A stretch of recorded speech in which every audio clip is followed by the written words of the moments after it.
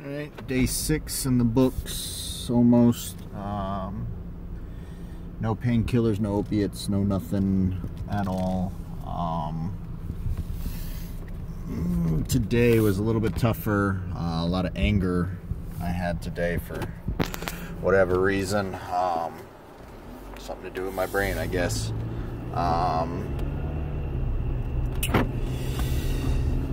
Had a divine intervention again, though. I decided to go outside in the midst of my anger, so I made sure I would not take it out on my kids.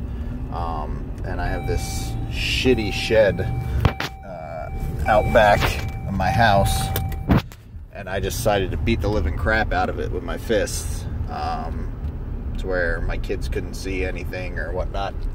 And did that for about 45 seconds to a minute, just nonstop. And when I turned around, literally probably about 75 to 80 butterflies were in my backyard. And when I told my mom about it, she told me it was my Aunt Katie. My Aunt Katie was a saint, an angel. She did anything for anybody that asked her.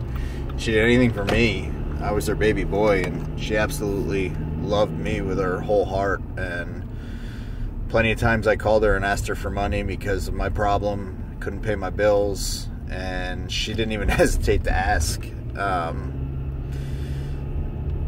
anything. She just said, how much? That's the only thing she asked, and she sent it. Sometimes she didn't even have it, but she loved butterflies. And she also loved birds, whistles. She was a phenomenal whistler. But butterflies was one of her things too. And I didn't know that until I told my mom. And she said it was your Aunt Katie.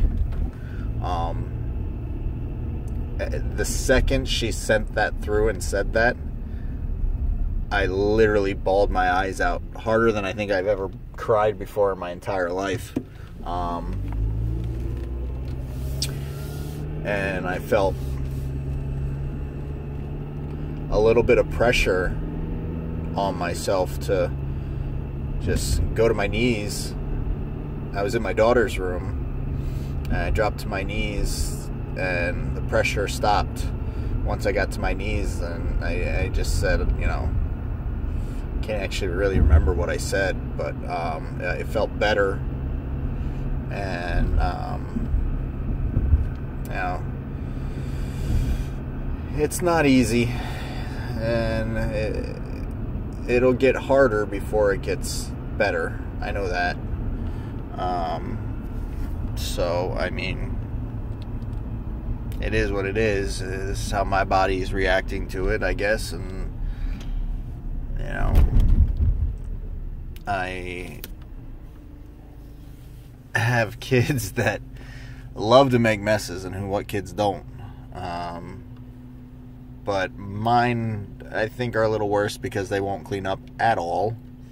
So I did the girls' room last week, and today I tackled my son's room, which was about knee deep and stuff. And I'm not done. It's going to take probably another day or two to get it finished. But, you know, you have to occupy your mind. You have to do something to try to keep from thinking about things.